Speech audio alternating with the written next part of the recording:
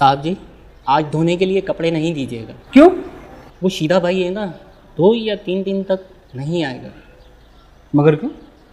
वो अपनी नवासी से मिलने बेटी के घर जा रहा है और कह रहा था 1 या 2 दिन तक नहीं आऊँगा। और हाँ सेठ साहब, वो मालकिन कह कर गई है कि आपसे 1000 रुपये लेके उसे दे दो। तनख्वाह दी तो थी। सेठ साहब गरीब आदमी है, नवासी और बेटी से मिलने जा रहा है, हाथ में कुछ होगा तो इसी बहाने नवासी और बेटी भी खुश हो जाएगी। और वैसे भी इस महंगाई के दौर में उस गरीब का कैसे गुजारा होता होगा। तुम और तुम्हारी मालकन रोड से ज़्यादा जज्बाती हो। मेरे पास अभी कैश नहीं है और एटीएम जाने का टाइम नहीं, मुझे ऑफिस जाना, आप अपनी मालकन से ले लेना।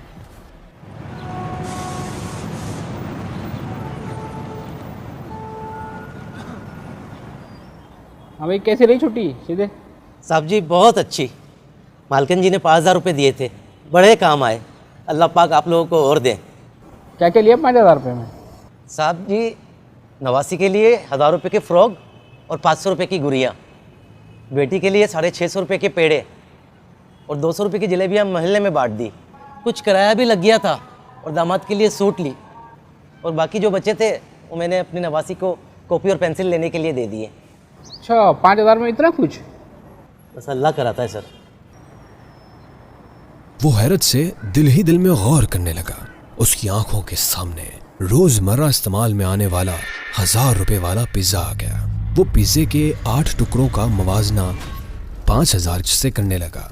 पहला टुकड़ा बच्चे की ड्रेस का, दूसरा टुकड़ा पेड़े का, तीसरा टुकड़ा मोहल्ले के लोगों का, चौथा किराए का, पांचवा गुड़िया का, छठा टुकड़ा चूड़ियों का, सातवां दामाद का और 8वां टुकड़ा बच्ची की कॉपी पेंसिल का। आज तक उसने हमेशा पिज्जा का ऊपर वाला हिस्सा ही देखा था, कभी पलट कर नहीं देखा था कि पिज्जा पीछे से कैसा लगता है।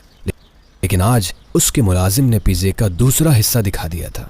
पिज्जे के 8 टुकड़े उसे जिंदगी का मतलब समझा गए थे।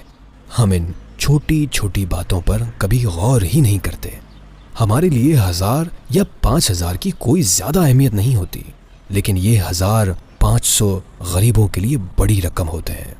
इसलिए कभी कभी अपनी ना महसूस होने वाली छोटी छोटी खुशियां किसी के नाम करके देखो, आपको कैसे बड़ी खुशी मिलती है।